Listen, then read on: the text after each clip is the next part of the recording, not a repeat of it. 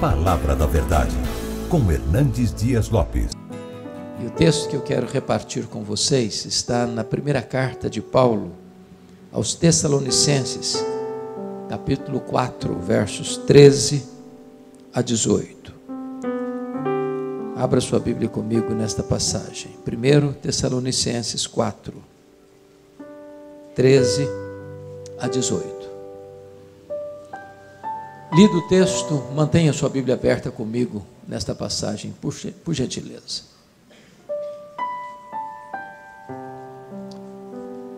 Paulo escreve à igreja de Tessalônica assim: não queremos, porém, irmãos, que sejais ignorantes com respeito aos que dormem, para não vos entristecerdes como os demais que não têm esperança. Pois se cremos que Jesus morreu e ressuscitou, assim também Deus, mediante Jesus, trará em sua companhia os que dormem. Ora, ainda vos declaramos por palavra do Senhor isto: nós, os vivos, os que ficarmos até a vinda do Senhor, de modo algum precederemos os que dormem. Porquanto o Senhor mesmo, dada a sua palavra de ordem, ouvida a voz do arcanjo, e ressoada a trombeta de Deus, descerá dos céus, e os mortos em Cristo ressuscitarão primeiro. Depois nós, os vivos, os que ficarmos, seremos arrebatados juntamente com eles, entre nuvens, para o encontro do Senhor nos ares, e assim estaremos para sempre com o Senhor. Consolai-vos, pois, uns aos outros com estas palavras. Amém. Bom, Paulo era um teólogo e Paulo era um pastor. Paulo aproveitava os problemas que as igrejas locais que ele havia plantado enfrentavam para trazer bases doutrinárias sólidas para a igreja. Vocês bem sabem que Tessalônica era uma cidade grega. Tessalônica era a capital de uma província romana grega, a província da Macedônia. E o problema que está acontecendo aqui é que o pensamento secular, o pensamento do mundo, a cosmovisão que as pessoas tinham lá fora, estava entrando para dentro da igreja e formatando o pensamento da igreja. Em vez da igreja influenciar o mundo estava influenciando a igreja. O que está acontecendo aqui? Por que Paulo está escrevendo essa carta? O problema está aqui no verso de número 13. Olha o que ele diz: não queremos, porém, irmãos, que sejais ignorantes com respeito aos que dormem, para não vos entristecerdes como os demais que não têm esperança. É que os gregos tinham como pilar do seu pensamento o chamado dualismo. O que é isso? Para os gregos, a matéria que você pega, toca, tange, era essencialmente má. O espírito imaterial, espiritual, intangível, era para eles essencialmente bom. Em virtude disso, os gregos negavam a criação, a encarnação e a ressurreição. Na cabeça dos gregos, quando uma pessoa morria, a alma era liberta da prisão do corpo. O corpo era uma masmorra, um claustro. Então, morrer para eles era a libertação, que a alma saía dessa prisão. O corpo imaterial é mau, a alma imaterial é boa. Só que a alma boa vive numa prisão, numa masmorra, num cárcere chamado corpo. E na cabeça deles, quando alguém morria, era o auge, era a apoteose. Por quê? Porque a alma imaterial escapava, fugia, se libertava do corpo que é material e é mau em si mesmo. Com isso, quando alguém morria, era uma tristeza. A igreja ficava completamente isolada. Não tinha esperança. Não tem consolo. Porque o pensamento lá do mundo estava invadindo a igreja, afetando a igreja. E os crentes da igreja de Tessalônica não tinham conhecimento, eram ignorantes com respeito aos que dormem. Por isso não tinham consolo, não tinham esperança. Então vamos olhar o texto seguinte. Não queremos, porém, irmãos, que sejais ignorantes com respeito aos que dormem. Por que ele usa esta figura de linguagem para quem morre? Os que dormem. A pergunta é, o que é que dorme? O corpo ou a alma? Quando alguém morre. O que dorme? E a resposta óbvia é, o que dorme é o corpo. A alma não dorme. A alma não fica inconsciente.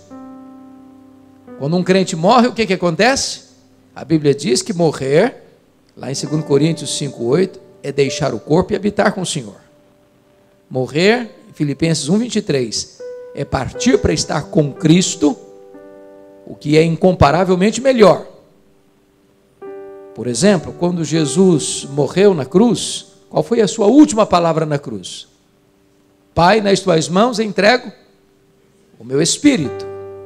O corpo dele foi sepultado, mas ele entregou o espírito para o Pai. Por exemplo, quando Jesus disse para aquele ladrão à sua direita, que se arrependeu na 1/10 hora, hoje mesmo estarás comigo no paraíso. Então, aquele homem deve ter sido sepultado, logo depois que morreu na cruz, mas o espírito dele, ou a alma dele, foi para estar com Jesus. Então, o que dorme não é a alma. Você não é uma alma, você não é um corpo que tem uma alma, você é uma alma que tem um corpo. O seu corpo não sobrevive sem a sua alma. Foi feito pó, é pó, volta ao pó. Mas a sua alma sobrevive sem o seu corpo. Aqueles que morreram desde Abel já estão no céu, reinando com Cristo, desfrutando da glória eterna, não no sentido pleno e máximo ainda. Por quê? Porque o corpo que foi feito pó é pó, volta ao pó. Só quando Jesus voltar em majestade e glória é que os mortos vão ressuscitar. Então diz a Bíblia que todos ouvirão a sua voz e sairão dos túmulos, uns para a ressurreição da vida, outros para a ressurreição do juízo. Agora, por que Paulo usa essa figura de linguagem, dormir? Não quero que vocês sejam ignorantes com respeito aos que dormem. Para nos trazer duas coisas à memória. Primeiro, quem dorme, descansa. Não é isso? Você dorme para quê? Para descansar. Então, o que é morrer para um crente? Apocalipse 14, 13 diz assim: bem-aventurados aqueles que desde agora morrem no Senhor, para que descansem das suas fadigas. Então, morrer para um crente é descansar. Em segundo lugar, quem dorme vai acordar. Se não acorda, não dormiu, morreu. Não é verdade? Então, o que Paulo quer dizer com essa figura? Que a morte é temporária, a morte tem prazo de validade. A morte não é definitiva e nem permanente. Por quê? Porque quando um crente morre, é como se ele estivesse dormindo. A convicção plena é que ele vai acordar na gloriosa volta do Senhor Jesus, quando os mortos ouvirão a sua voz e sairão dos túmulos. Bom, o problema é que agora os crentes, influenciados por um pensamento secular, por um pensamento grego, pelo helenismo grego, estavam sem qualquer esperança, sem qualquer consolo na hora da morte. Esse problema não é só da igreja de Tessalônica, não. Tem uma outra igreja grega no Novo Testamento. Que igreja é essa? A igreja de Corinto. Se Tessalônica era capital de uma província romana da Grécia, a Macedônia, Corinto, era capital de uma outra província romana grega, que era a província da Acaia. Então, não precisa abrir lá, eu vou ler aqui para você o que estava acontecendo lá em Corinto. A mesma coisa, o mesmo problema. Capítulo 15, versículo de número 12. Preste atenção no que eu vou ler. Paulo diz assim: ora, se é corrente pregar-se que Cristo ressuscitou dentre os mortos, como, pois, afirmam alguns dentre vós que não há ressurreição de mortos? O que está acontecendo aqui? Alguns membros da igreja de Corinto, nem todos, alguns membros da igreja de Corinto, influenciados por esse pensamento grego, até admitiam que Cristo tinha ressuscitado, mas não acreditavam que os mortos pudessem ressuscitar. Esse é o perigo, irmãos, da igreja, em vez de se influenciar o mundo, ser influenciada pelo mundo. Então o que Paulo escreve para essa igreja de Corinto? Diz o seguinte: olha, gente, não dá para você aceitar parte do pacote e rejeitar a outra parte do pacote. Porque se os mortos não ressuscitam, Cristo não ressuscitou. Se Cristo não ressuscitou, então também os mortos não ressuscitam. Agora, se Cristo não ressuscitou, é vã a nossa fé, é vã a nossa pregação. Os que morreram em Cristo pereceram. Então não tem redenção, então não tem consolo. Então nós somos os mais infelizes de todos os homens, se a nossa esperança se limita apenas a esta vida. Mas de fato Cristo ressuscitou com primícia de todos os que dormem. Bom, meus irmãos, o problema permanece ainda hoje, porque tem muitas pessoas que não têm esperança na hora da morte. Por exemplo, se você perguntar assim para um materialista, um ateu, o que acontece quando uma pessoa morre? Qual a resposta dela? Morreu, acabou, não tem mais nada. Homem é só matéria, então não tem esperança nenhuma. Se você perguntar, por exemplo, uma pessoa que subscreve a teologia romana, o que acontece quando uma pessoa morre? Ela vai responder: bom, ela não é tão boa para ir direto para o céu, ela não é tão má para ir direto para o inferno, então ela morreu, vai para um purgatório, vai sofrer, não sabe se 1 ano, se 10 anos, se 1 século, se 1 milênio, lá num fogo, até essa alma ser purgada, purificada para entrar no paraíso. Não tem esperança nisso, não tem esperança nisso. Se você perguntar para outra pessoa espiritualista, o que acontece quando uma pessoa morre? Ela vai dizer o seguinte: olha, morreu, o espírito desencarna, reencarna, desencarna, reencarna, desencarna, reencarna, desencarna, reencarna, num processo ad infinito. Também não tem esperança nisso. Se você perguntar para uma outra vertente assim, o que acontece quando uma pessoa morre? Ela vai dizer: bom, morreu, a alma fica dormindo, junto com o corpo, inconsciente. Também não tem esperança nisso, não tem consolo nisso. A pergunta é: o que a Bíblia diz? O que a Bíblia diz é que quando um crente morre, nós estamos falando aqui do povo de Deus, quando um crente morre, está lá em Hebreus, o espírito é imediatamente aperfeiçoado e entra na glória. O que a Bíblia diz que morrer é deixar o corpo e habitar com o Senhor. O que a Bíblia diz é que morrer é partir para estar com Cristo, o que é incomparavelmente melhor. O que a Bíblia diz é que os que morrem no Senhor são felizes, bem-aventurados. Então preste atenção, eu não preciso especular. A primeira base da nossa esperança, eu quero chamar a sua atenção para isso, voltando lá para Tessalonicenses. A primeira base da nossa esperança está aí no versículo 15. Ora, ainda vos declaramos por palavra do Senhor isto. Ou seja, eu não preciso especular, eu tenho palavra de Deus sobre o assunto, eu tenho revelação de Deus sobre o tema, eu não preciso cogitar, eu não estou seguindo a corrente A, a corrente B, a corrente C, o que o teólogo A falou, o que o pensador cristão B disse. Não, Deus se revelou sobre o assunto, Deus tratou da matéria, a palavra dele traz para nós com clareza o que Deus diz sobre o assunto. É a revelação de Deus, essa é a nossa base. Não estamos especulando, não estamos cogitando. Bom, mas irmãos, eu sou pastor há 41 anos, e eu confesso, pastor Luciano, que a pergunta que eu mais escuto no meu ministério, durante os anos todos de pastorado, é: pastor, como é que vai ser no céu? Como é que vai ser? Por exemplo, nós vamos nos conhecer no céu?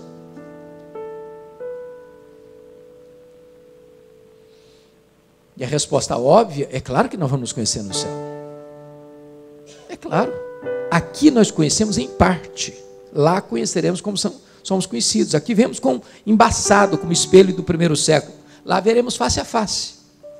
Você já imaginou você morar com alguém eternamente sem saber quem ela é?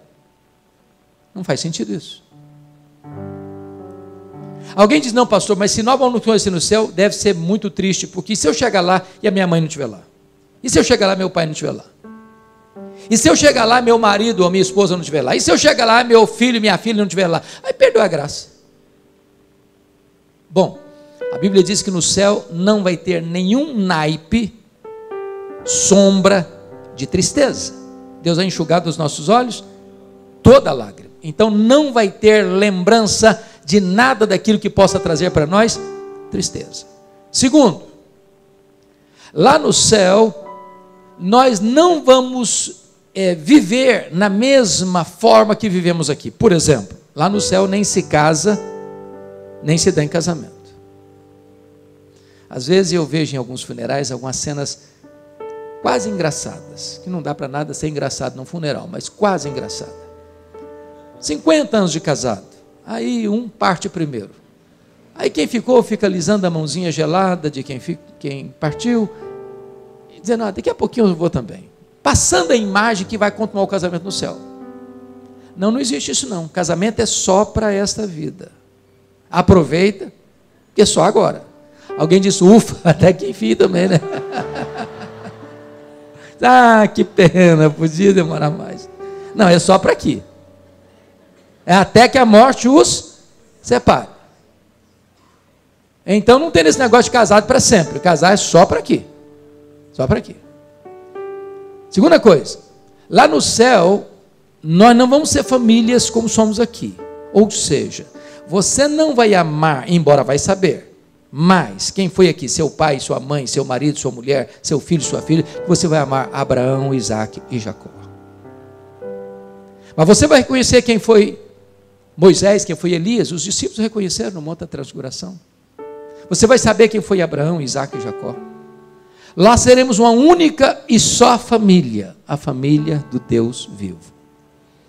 Mas alguém pergunta, mas como é que vai ser esse corpo lá no céu? Vou tratar disso daqui a pouquinho, mas deixa eu dar uma palhinha no começo. Por exemplo, imagine você um bebezinho, está na barriga da mamãe, nem chegou a nascer, morreu no ventre da mãe. Vai ser um feto glorificado no céu? Ou imagine uma criança que acabou de nascer e morreu. Vai ser um bebê recém-nascido glorificado no céu? Ou imagine você uma pessoa que passou dos 100 anos na nossa geração, o que não é um pouco raro hoje já, né? Já tem alguns. Lá em Vitória nós temos uma pessoa muito amada, está com 107 anos. E ela, pasmem vocês, enfia linha na agulha sem usar óculos. E eu fico com a inveja santa dela. Então a pergunta é, e se uma pessoa morre com mais de 100 anos, vai ser um vovozinho, uma vovozinha de bengala no céu? Como é que vai ser o nosso corpo lá? O que a Bíblia diz é que nós teremos um corpo semelhante ao corpo da glória do Senhor Jesus. Todos vão ter um corpo perfeito, maduro, completo, semelhante ao corpo da glória do Senhor Jesus. Uma notícia boa para as meninas: o corpo da ressurreição não vai brigar nem com a balança, nem com o espelho. Coisa fantástica, não? Bom, qual é a base, irmãos? Qual é a base da nossa esperança? Qual é a âncora da esperança do nosso consolo? Primeiro, é que nós temos a revelação de Deus sobre isso. Eu não preciso ficar em dúvida, eu não preciso cogitar, eu não preciso especular, eu não preciso buscar a teoria A, a teoria B, a teoria C. Deus já falou sobre o assunto. Então, se Deus falou, está falado. Não se discute, obedeça, creia, aproprie-se, usufrua. Segundo pilar da nossa esperança, confira comigo, está no versículo 16. Porquanto o Senhor mesmo, dada a sua palavra de ordem, ouvida a voz do arcanjo e ressoada a trombeta de Deus, descerá dos céus. Então, se o primeiro pilar da esperança é a revelação de Deus, o segundo pilar é a parousia, é a segunda vinda de Cristo. Essa é uma verdade magna. Isso aqui é a acrópole da fé cristã. Isso aqui é o pináculo da nossa esperança. Isso aqui é a consumação de todas as coisas. Jesus voltará. E como ele voltará? A Bíblia responde em Atos 1:11 que ele voltará pessoalmente. Quando os discípulos estavam lá no Monte das Oliveiras e Jesus está ascendendo aos céus entre nuvens, e eles estão olhando para as alturas, descem 2 anjos e perguntam assim para eles: varões galileus, por que estáis olhando para as alturas? Esse mesmo Jesus que viste subir, assim descerá dos céus. Em outras palavras, ele não vai enviar um embaixador, ele não vai enviar Miguel, nem Gabriel, nem um arcanjo, nem um querubim, nem um serafim, nem um anjo. Ele pessoalmente voltará para buscar a sua igreja, para buscar a sua noiva. Segundo, ele virá visivelmente. Apocalipse 1, versículo 7 diz que todo olho verá, até aqueles que o traspassaram. O que significa isso? Aqueles que cuspiram em Jesus, aqueles que espancaram Jesus. Meus irmãos, antes de Jesus tocar aqui, eles vão ressuscitar. Uns para a ressurreição da vida, outros para a ressurreição do juízo. E eles terão que ver o Cristo glorioso, o Cristo vencedor, o Cristo onipotente descendo das alturas. Todo olho verá. Não haverá um deserto tão inóspito, não haverá uma montanha tão gelada, não haverá uma caverna tão escura, não haverá um canto da terra ou do cosmos tão distante que possa ocultar de todos este fato mais público e mais notório da história, a gloriosa volta do Senhor Jesus Cristo. Terceiro, a sua vinda será audível. Está escrito aqui: dado, ressoada a trombeta de Deus, ouvida a voz do arcanjo, descerá dos céus. Em outras palavras, vai ser o sonido, o alarido mais eloquente, mais poderoso da história. Ninguém ficará fora, nem da visão, nem da audição deste maior evento que vai acontecer na história da humanidade, que é a gloriosa volta do Senhor Jesus. Não importa o fuso horário, se aqui ou se 12 horas distante aqui no Japão ou na Coreia, não importa se no continente americano ou no continente europeu ou no continente africano ou no continente asiático ou na Oceania, não importa onde a pessoa estiver, todo olho verá e todo ouvido ouvirá quando Jesus voltar com grande majestade e glória. Mas, quarto lugar, como ele voltará? Ele voltará repentinamente. A Bíblia diz que vai ser como um relâmpago que risca os céus do Oriente ao Ocidente. O apóstolo Paulo, voltando a esse tema lá em 1 Coríntios 15, diz que vai ser no momento. E a palavra momento no grego é átomos, de onde vem a nossa palavra portuguesa átomo, é como um abrir e fechar de olhos. Eu pergunto a você, quantas vezes você pisca por dia seus olhos? Ninguém contou, nem você sabe, é automático, você nem percebe. Vai ser com essa rapidez que Jesus voltará. Sabe o que significa isso? Não dá para você se preparar de última hora. Sabe o que significa isso mais? Você não tem como, naquela hora, agora sim eu vou me preparar, ele está voltando, então eu me preparo, me arrependo. Não dá prazo. Ou você acerta a sua vida com Deus hoje, ou esse dia pode pegar você de surpresa. Ainda mais, como será a segunda vinda? A Bíblia diz que não só será repentina, ela será inesperada. 1 Tessalonicenses 5,2 diz que vai ser como ladrão. Nenhum ladrão manda um WhatsApp para você, dizendo: ó, tal dia, prepara um cafezinho, um pãozinho de queijo, que eu estou chegando na sua casa. Ele chega sem você esperar. Não vai ser óbvio esse dia. Vai ser um dia como qualquer outro.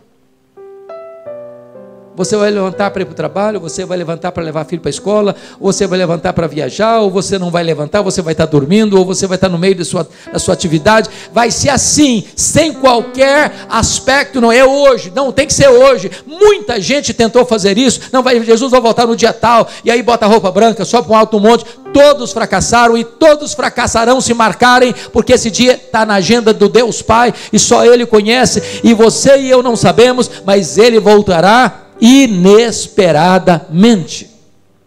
Mas mais, 1 Tessalonicenses 5,3 diz que vai ser inescapável. Vai ser como uma mulher que está para dar luz. Não dá para cancelar essa agenda. Não dá para dizer, não, você está meio grávida. Não, você não está grávida. Não, ela está grávida. Tem um bebê na barriga dela. Não dá para cancelar essa agenda. Não dá para alterar essa agenda. Irmãos, o mundo tem tentado mudar essa agenda. Tem que dizer, não, ele não vai voltar. Aliás, esse antigo, lá em 2ª carta de Pedro, capítulo 3, as pessoas dizem, cadê a promessa da sua vida? Não volta nada, o mundo, desde que é mundo, nunca mudou nada. Mudou sim. Deus mandou o dilúvio, Deus mandou fogo para Sodoma e Gomorra, Deus puniu o mundo, Deus puniu Jerusalém, Deus puniu o Egito, Deus puniu a Babilônia. Deus está agindo na história e Ele voltará, e não tem como escapar. Não tem como escapar. Mas, finalmente, a segunda vinda será vitoriosa, gloriosa. A Bíblia diz que Ele vem com grande majestade e poder, e vai se assentar no trono, e vai julgar as nações, e vai colocar todos os inimigos debaixo dos seus pés. E diz Apocalipse que vai lançar no lago do fogo o anticristo, o falso profeta, o diabo, a morte, e todos aqueles cujos nomes não estão escritos no livro da vida.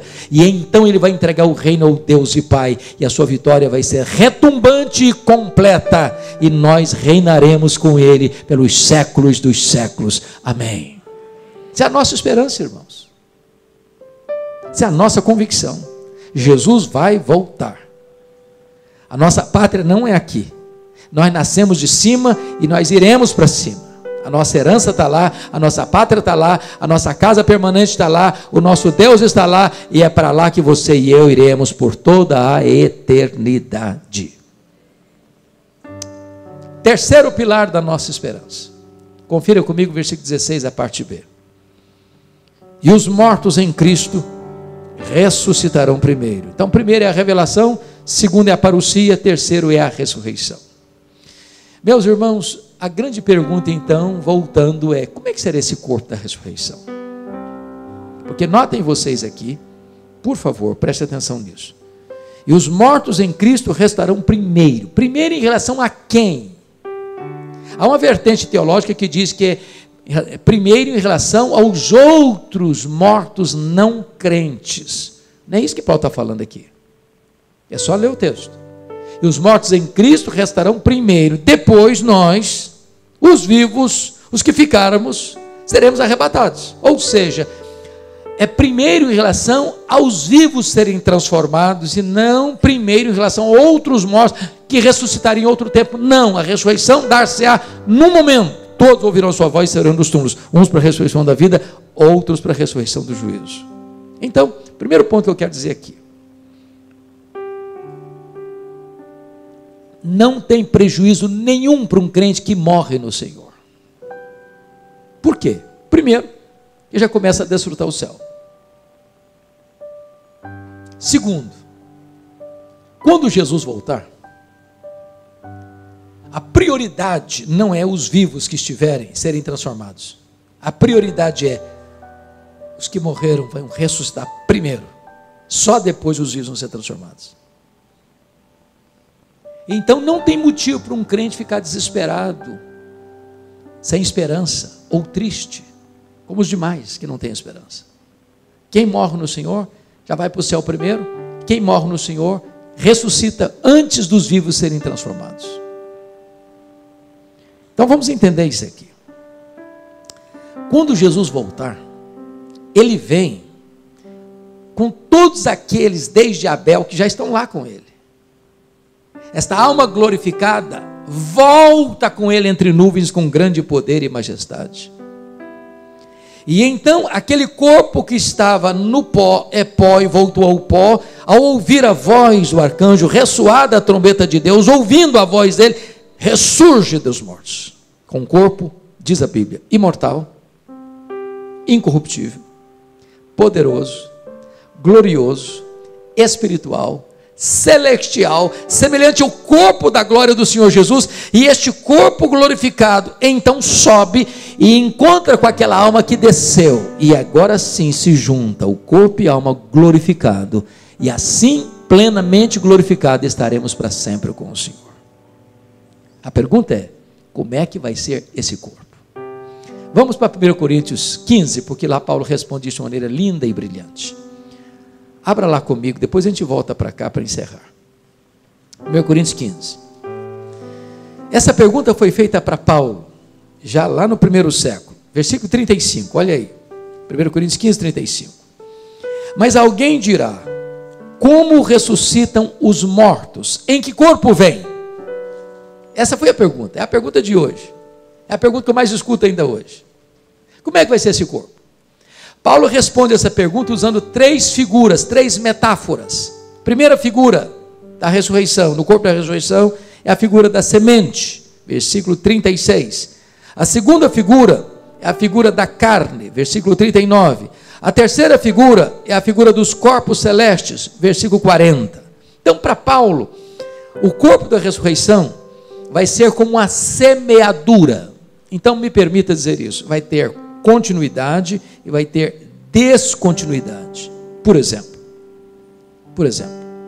se você plantar uma semente de manga, você não vai colher abacate, certo? Você vai colher manga. Significa, morreu o Zé da Silva, não é o Antônio Pereira que vai ressuscitar, é o Zé da Silva. Morreu o crente, vai ressuscitar para a ressurreição da vida. Morreu o descrente, vai ressuscitar para a ressurreição do juízo. A morte não é uma varinha de condão que muda ninguém. Então isso é continuidade. Qual é a descontinuidade? Então vamos lá na resposta. Olha comigo o versículo 42. Pois assim também é a ressurreição dos mortos. Semeia esse corpo na corrupção, ressuscita na incorrupção. O que significa isso? Irmãos queridos, o nosso corpo hoje, querendo ou não, gostando ou não, o tempo vai esculpindo algumas rugas no nosso rosto, indisfarçáveis. As mulheres mais sábias do que os homens disfarçam isso melhor, com um bom cosmético, né? Às vezes você acorda de manhã, é um caos, bota um bom cosmético e vira um cosmos, né? Daqui a pouquinho, uma cirurgia plástica ajuda muito. Mas chega uma hora que ainda que Pitangui ressuscitasse dentre os mortos, não tem mais jeito. As pernas ficam bambas, os joelhos ficam trôpegos, as mãos ficam descaídas, os olhos ficam embaçados, e diz os entendidos que cada fio de cabelo branco que brota na sua cabeça é a morte chamando você para um duelo. Eu acho até um exército acampado ao meu redor. Nós estamos encrencados. O certo é que esse corpo fica cansado, fica doente, fica velho, fica caquético. E quando você joga esse corpo como uma semente na sepultura, esse corpo está corrompido pelo tempo, pela doença, pela fraqueza. Mas o corpo que vai ressuscitar é um corpo incorruptível. Sabe o que significa isso? Ele não fica velho, ele não fica doente, ele não fica cansado, ele não tem estresse, ele não tem depressão, ele não tem enfermidade. Ele é um corpo perfeito, eternamente perfeito. Louvado seja Deus. Esse é o corpo da ressurreição. Segundo, olha o 42 comigo. Está escrito o seguinte: semeia-se na desonra ou em desonra, ressuscita-se em glória. Bom, os pastores que estão aqui presentes, que lidam com mais frequências com esse assunto, nas visitas pastorais aos hospitais, muitas vezes a gente vai visitar uma pessoa e ela está lá machucada pela doença há anos. Eu tive uma ovelha, pastor Luciano, ficou 14 anos em coma, 14 anos.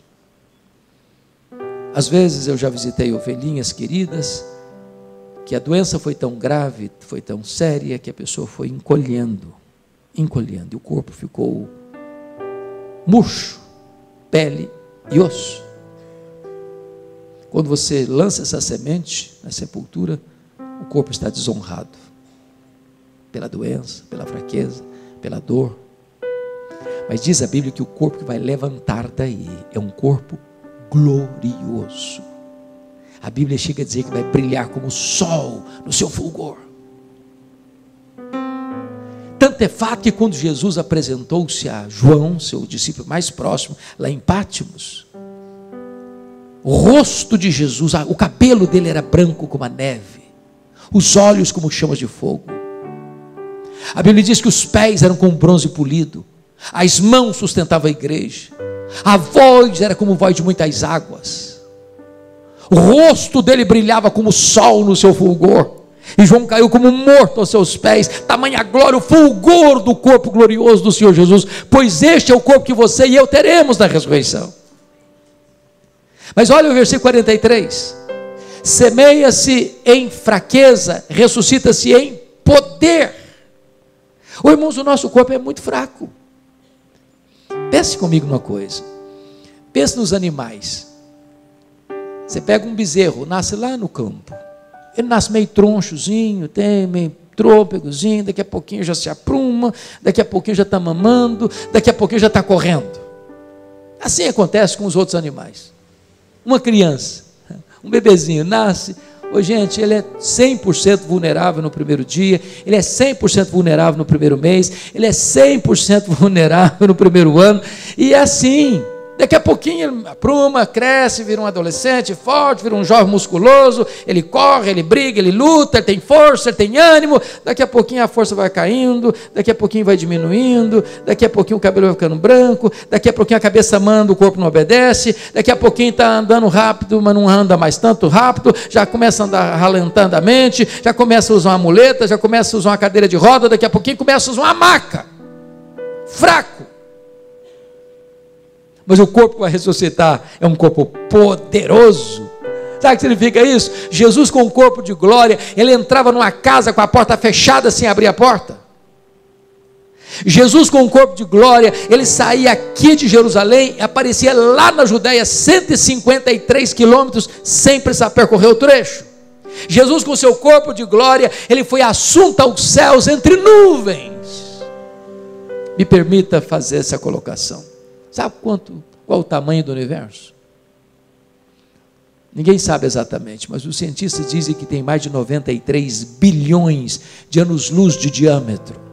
Se você voasse a velocidade da luz, 300 mil quilômetros por segundo, nessa velocidade você gastaria mais de 93 bilhões de anos para ir de uma extremidade à outra do universo. Onde está o céu?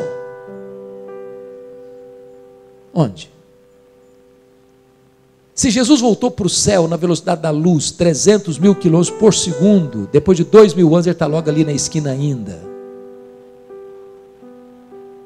Me permita perguntar, quanto tempo um anjo demora para vir do céu à terra, para socorrer você? Quanto tempo? Está lá de Deus? Qual a distância do céu à terra? O que significa isso? Significa que esse corpo de glória que nós teremos, poderoso, não estará sujeito às limitações das mesmas leis que nos governam agora. Você e eu habitaremos novos céus e nova terra, e nós descortinaremos todo o cosmos restaurado de Deus no nosso corpo de ressurreição. Vai ser um corpo poderoso, louvado seja Deus. Me permita dizer outra coisa. Se você não gosta de trabalhar, você está encrencado, porque lá no céu nós vamos trabalhar, sabia disso? Seus servos o servirão.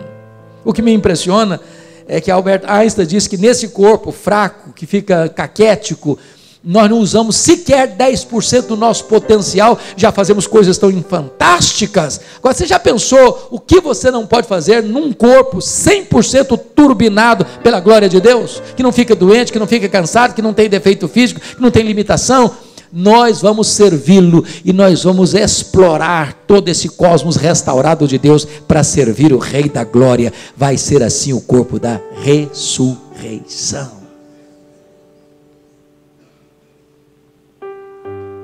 Pois bem, então vamos ver o quarto pilar da nossa esperança. Olha lá comigo. Depois disso, está escrito que nós seremos arrebatados. Depois nós, os vivos, os que ficarmos, seremos arrebatados juntamente com eles, entre nuvens, para o encontro do Senhor Jesus nos ares. Então, primeiro é a revelação, segundo a parousia, quarto, terceiro, revelação, parousia, ressurreição, arrebatamento, em quarto lugar. Eu preciso reconhecer que muita gente hoje pensa que arrebatamento vai ser um estágio anterior à segunda vinda. Como se tivesse um arrebatamento secreto hoje, e depois vem uma grande tribulação, e depois, então Jesus volta visivelmente. Não é disso que Paulo está tratando aqui. Não é disso. O que Paulo está tratando aqui é outra coisa. Ele não está falando de arrebatamento como uma fase inicial, uma fase preliminar da segunda vinda. Não. O que ele está dizendo aqui é que quando ele voltar, duas coisas vão acontecer. Primeiro, os mortos vão ressuscitar. Segundo, os vivos vão ser transformados. Então, imediatamente, todos nós seremos o quê? Arrancados daqui, arrebatados, para encontrar o Senhor Jesus nos ares. Você já imaginou que cena vai ser essa? Você que sempre sonhou voar, você vai voar. Sem asas. Não vão ser anjos. E nós vamos ser arrancados daqui. Nós vamos ser tirados daqui.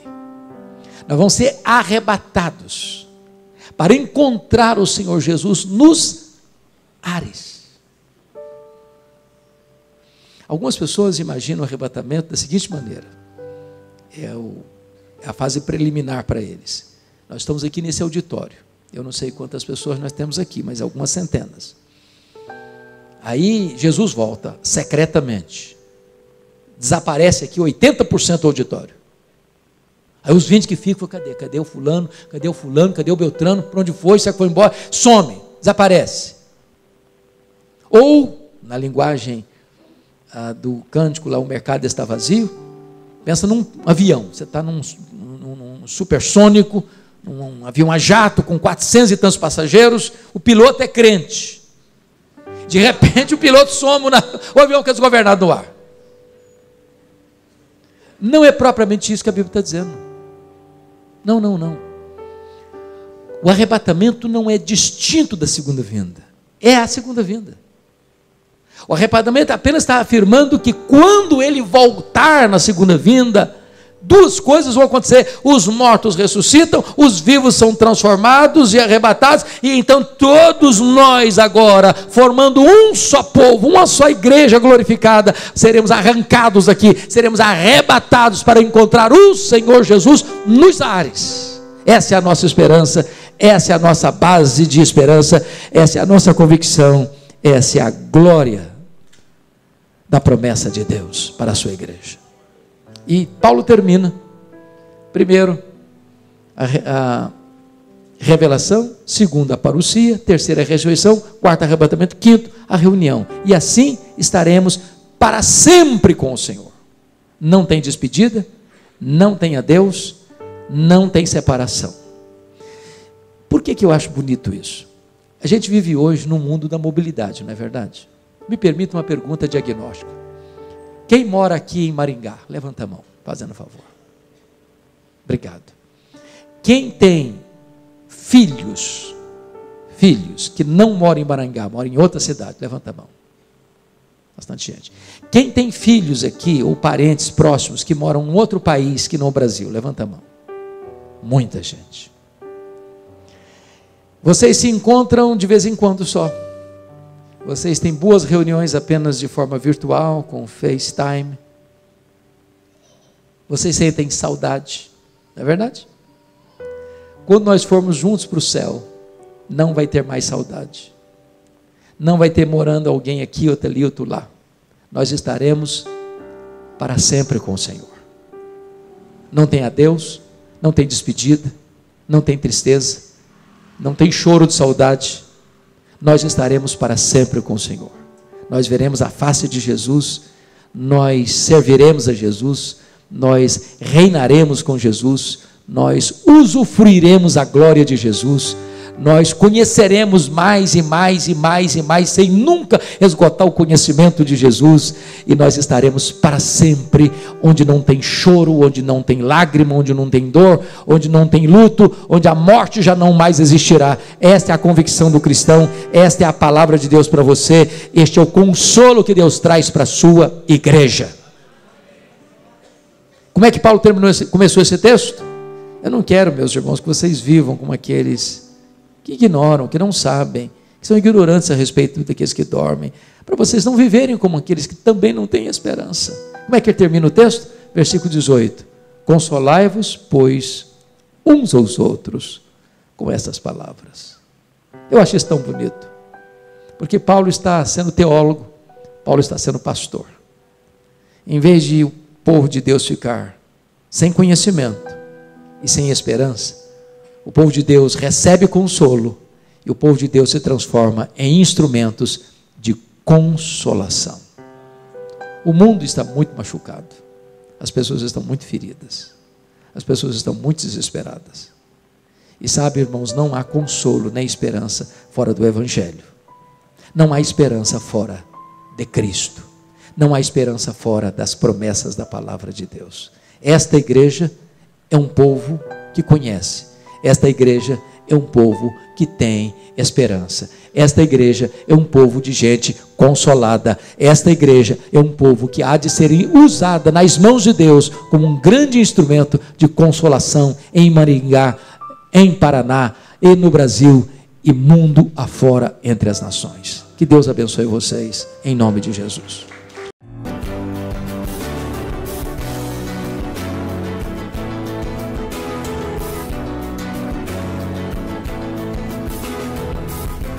Palavra da Verdade, com Hernandes Dias Lopes.